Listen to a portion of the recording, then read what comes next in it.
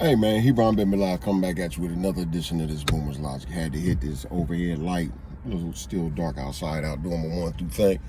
Had me some Java out here, making it happen, make it do what it do. But I want to talk to y'all today about this new gaslighting that's being done by the Democrats in regard to reproductive rights. But before we get into it, man, tell a friend to tell a friend. If you haven't already, hit the bell for notifications, subscribe, do all that good stuff, man. And, you know, like I always say, tell a friend to tell a friend. So, anyway, we already know the things that they had to abandon, and I'm very proud of black women and black men everywhere. A quick disclaimer, I'm a Hebrew, so I don't vote. I'm neither Democrat or Republican. Like I told you before, I used to like Reagan. I used to like his policies. I used to like Bill Clinton because of his policies. There's a few of them that I liked, you know what I'm saying, that became president. I don't know if they were Democrat, Republicans. I never listened to that. I just listened to the things they would talk about. How would that benefit this society as a whole? You know what I'm saying? How are they going to deal with some of these situations dealing with blacks? Those are the things that I was listening to. I wasn't, you know, Democrat or Republican. Which one of these two people were making sense? And that's who I would have voted for if I was voting. Same thing in this particular instance. It doesn't matter to me whether the person was Democrat or Republican. But we know as far as this whole thing dealing with Kamala Harris, and I stand 10 toes down, man. She has to be the most airheaded, dingiest, word salad. I mean, it was a white girl that ran for president. I can't remember what her name. She stayed up in somewhere where she said she could look out her window and see Alaska or something. She said, I can't remember who it was. She was dingy and airheaded, but I used to like her. I knew she wasn't going to win because she was just a dingbat. But Kamala Harris is 10 times worse than her. She doesn't stand for anything. She's already made it clear to black people she's not going to do anything directly for them. She turns around and gives billions of dollars to the Indians, who are her native people.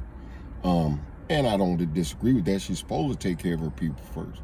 But I digress on that point. I want to get to the point that I'm making here about them continuing to move the goalposts and change their arguing point. So the first arguing point was about her being a black woman. Black women attacked that quickly, and I'm so proud of you black women, because y'all stumped that out immediately. Black women were not having that, and they stumped it out immediately. Very proud of you sisters for doing that. You know what I'm saying? Not allowing this woman to come in and hijack your culture, you know what I mean, who you are as a person. Then the other ones, the demographic that was still clinging on to her, got turned off when she did the whole Meg Thee Stallion thing. Boy, they turned on her like a whack-a-pow of wild hyenas. Boy, they ate her butt up like, oh, that's how you view us? Boy, they gave her the business on social media. And I'm proud of y'all for doing that, because you stood 10 toes down and you said, nah, you ain't gonna, you know, first, you're not gonna hijack our culture. Number two, you're not going to view us through this prism, because we don't even agree with this. You know what I'm saying? Y'all stood 10 toes. I'm so proud of y'all. Then they tried to use the Obama thing, where Obama came out trying to reprimand black men in regard to not voting for her, you know, because she was a woman, basically calling you a misogynist. Immediately, black men took to social media and dogged him. Exactly what you should have did. As black men, you know what I'm saying? This man coming down trying to reprimand you like he's some type of, you ain't heard from this man in years. He finally comes down from his golden perch, and comes down and tries to reprimand you about what you should and shouldn't be doing, and y'all got at him. And I'm proud of y'all for that. You stood 10 toes down and said, you don't represent us, man. Ain't nobody checking for you. You don't represent us. And then, of course, they tried the whole Michelle Obama, Beyonce thing. Didn't work. didn't work. And they think that they can keep sending these entertainers and celebrities out to sway y'all. And I'm very proud of y'all that y'all not allowing that to happen, because that's how they look at you. Because it's true. A lot of times you are influenced and listen to entertainers and all that type of stuff, but this time you're not doing it. And I'm very proud of that. I'm proud of y'all for doing that, taking a stance. And not just because it's her, because you're taking a stance on what you're viewing as foolishness. This is foolishness. You're viewing us a certain way. We feel disrespected. You're not helping us. We're not voting for you. Love that. Now y'all need to unify and start demanding things for your vote. I love that, though, that y'all stood 10 toes down. So now let's introduce you to the new gaslighting. So now I've been hearing it for the last week and a half. They've been pushing and promoting reproductive rights. They stopped talking about everything else. Everything else. But before I get into that, you notice how they stopped referring to Kamala Harris as a black woman. Now they're referring to her as a woman of color. And somebody was explaining it the other day, but I had been taking note to it that now all of a sudden she's a woman of color. She's no longer the first woman of color president. And one of the dudes, the Democrats I was listening to, or liberal, he was explaining it that she's a woman of color because she's of Indian heritage. Now they're starting to openly admit this, but she's a woman of color because she's of Indian descent, so that makes her a woman of color. I have no problem with that, but don't try to identify as a black woman because it's convenient, because you need the black vote in order to win. So let's just get that out there. They've changed that dynamic completely. Now they're trying to use the gaslighting about reproductive rights, right? And I've been hearing it for about a week and a half. And I mean, you got all kinds of celebrities coming out, singers, entertainers. I mean, they're coming out in full force, screaming about a woman's right to autonomy over her body. I just heard a few this morning. I'm sitting out here, I said, man, these people are crazy. I can get into the whole morality. Because I don't believe in abortion, period. A woman should not have the right to choose whether a child comes into this plane of existence or not. That child did not choose to jump into your vagina. It didn't choose that. You chose that when you laid on your back and had intercourse. Now I know a bunch of y'all gonna do, what about rape? What about incest? Oh, blah, blah, blah. Once again, that child didn't say, hey, rapist, go rape her so I can answer. The child is innocent in all of these equations. In all of these equations, the child is innocent. The child did not ask to be in your vagina under no circumstances.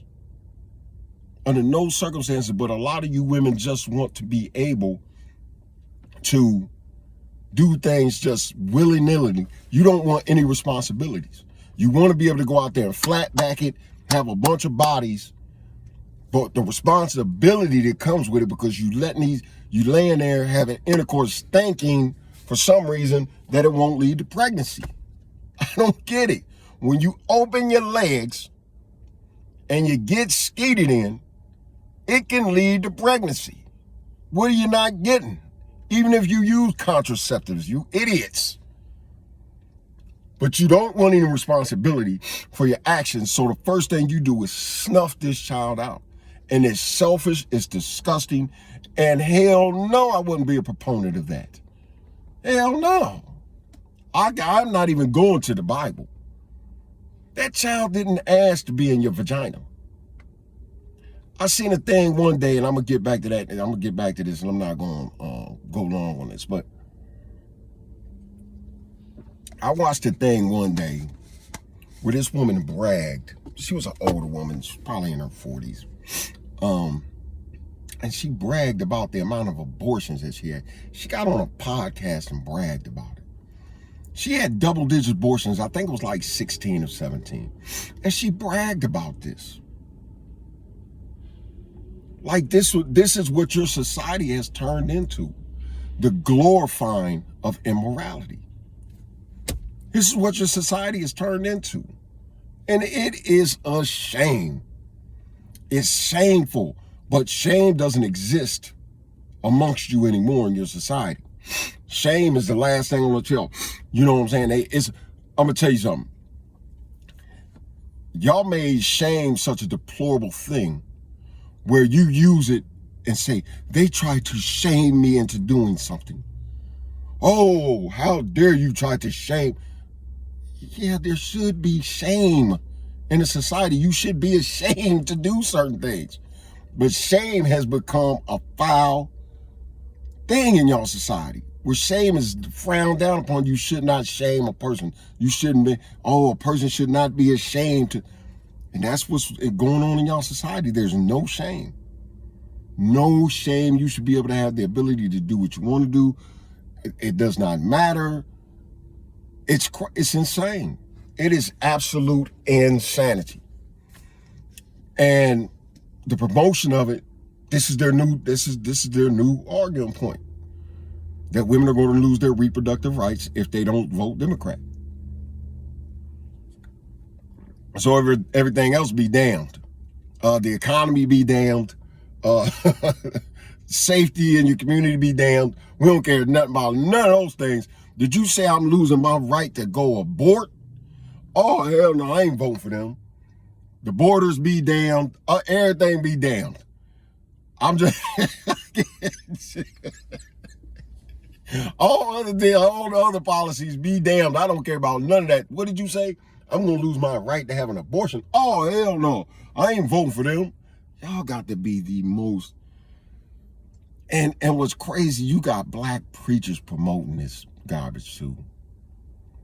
I have actually seen black preachers in the pulpit, man, who are pushing this narrative about if you don't vote Democrats, you lose your reproductive rights.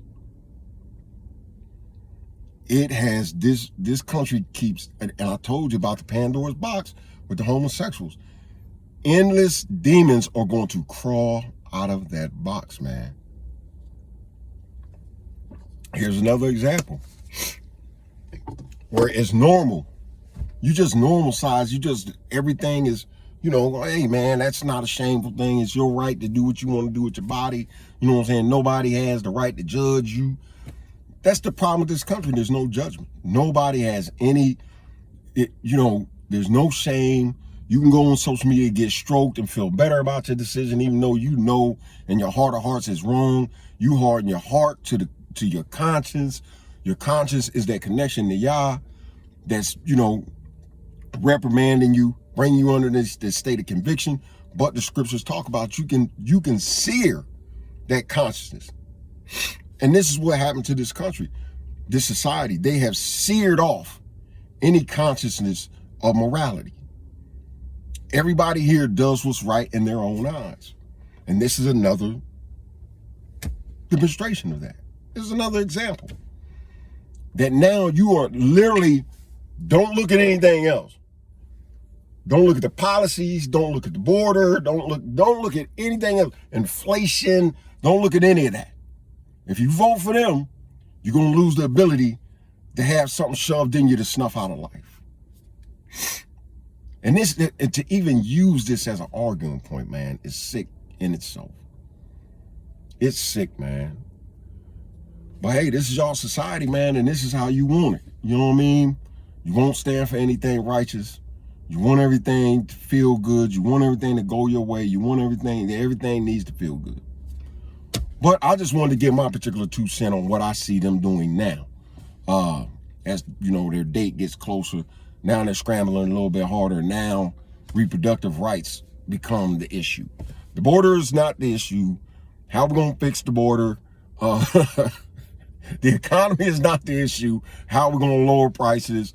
The housing situation, these tent cities that are going up everywhere, veterans who are homeless, they're not arguing about any of this. Their arguing point is you're going to lose your reproductive rights. Oh, God. All right, man. I digress on this. I'm about to go get my 1-2 thing. I love y'all, man. And like I said, I'm going to make another video tomorrow because I've seen a lot of stuff that I really want to talk about. Man, I love y'all. See y'all on the next one.